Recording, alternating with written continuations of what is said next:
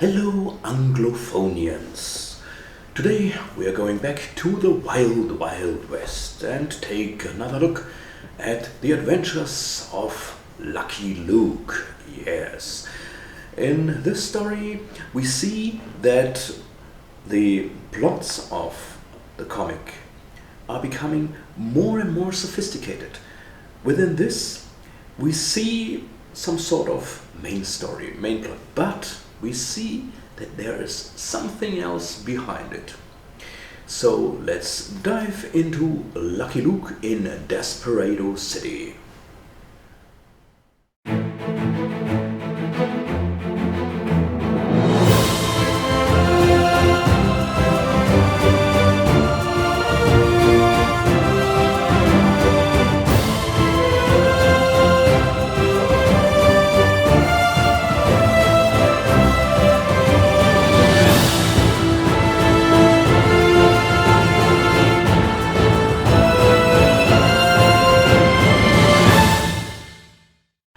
The year is 1948. The Second World War is only 3 years over and the countries of the world are still suffering from the aftermath. Of course, this dramatic experience leaves its mark and the comic book writers of Dupuis themselves are wondering what the future may hold. Joseph Gillain, known by the alias Jijé, was concerned about the emerging communism in the world. André Franquin, who would later take over the Spirou series, wanted to work on something bigger, and Maurice de Bevere, aka Maurice, the creator of Lucky Luke, wanted to experience the American Wild West, which he depicted in his comics for himself. While Lucky Luke's previous story, entitled Grand Rodeo, was running in Spirou Magazine, the three colleagues came up with a plan. They wanted to travel to the USA. Everyone had their own ideas, as André Franquin later recalled. Jijé went with the intention of settling there. He wanted to change and see other faces, and I, being somewhat passive, felt that I would never travel much of my own accord. This was an opportunity, and I said to myself, well, why not? I followed without a clear intention. Maurice jumped in immediately because he dreamed of working at Walt Disney. Maurice later contradicted this assessment. He didn't want to work for Disney, not to mention that it was a bad timing because by the time the group finally arrived in Los Angeles, Disney had just laid off most of its staff. Instead, Maurice wanted to see the deserted towns of the Wild West with his own eyes, to make the past all the more vivid in his comics. But they weren't that far yet. By the time the final episodes of Grand Rodeo were published in Spirou Magazine, the group had gotten together and were on their way to New York by ship. Maurice, Franquin, Jijé and his family, consisting of a wife and 4 children, went on the journey. Arriving in New York, however, it turned out that the group was a bit naive when it came to entry requirements for the USA. They had to try to reach Mexico as quickly as possible. To do this, Jijé bought a car, a 1947 Hudson Commodore, and the Magnificent 8 set off on a 3-week journey that took them through Cincinnati, St. Louis, the Grand Canyon, and Petrified Forest National Park. At that time, the first episodes of the story Lucky Luke and Desperado City were published in Spirou Magazine. The story begins with Luke traveling across the country. He sings a song that would become important to him one day. I'm a poor, lonesome cowboy. He sings it here at the beginning of the story. At a later point in time, it will become an integral part of the end of each story. Sort of like the banquet in the Asterix comics.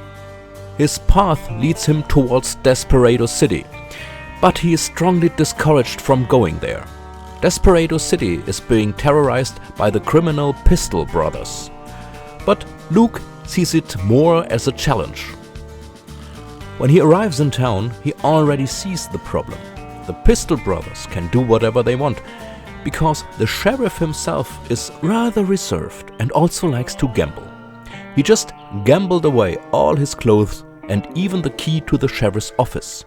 At the saloon, Luke gets straight into a fistfight with the Pistol Brothers, which he wins.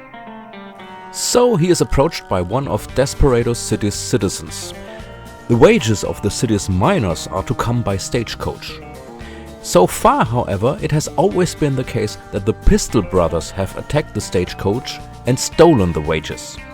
Luke is persuaded to collect the miners' wages himself and bring them to Desperado City. The plan works. The Pistol Brothers want to ambush the stagecoach, but Luke is smarter. He can trick them. Not only does the miners' wage arrive in Desperado City, Luke can even arrest and jail the Pistol Brothers. But that's not the end of the story. Luke is ambushed because there is somebody else behind the Pistol Brothers.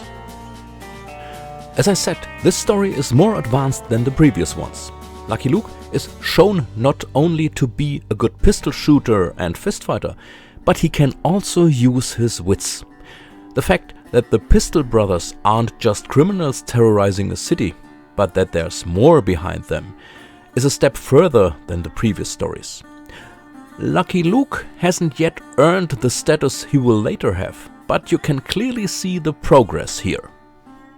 At 21 pages, the story is also slightly longer than the previous ones, but it remains average, which was 18 to 21 pages at the time. I've already reported on the song I'm a Poor Lonesome Cowboy. Luke will only sing it at the end of the story after the next one. The jeans that Luke is wearing are also still black, but otherwise his outfit is as we know him today. Yellow shirt, black vest, red scarf and a white hat. But how did drawn comic pages get to Belgium in 1948 when the artist was in the USA? Well, pretty simple, by post. During the trip, Maurice continued to draw. The drawn pages were packed in an airmail package and sent to Europe. After a while, a check came back with a salary. Of course, this was terribly slow, because there were not as many flight connections as there are today. Also, the weight was a problem. Back then, airmail was written on special paper that was much thinner and lighter than normal paper. Of course, that didn't work with the comics.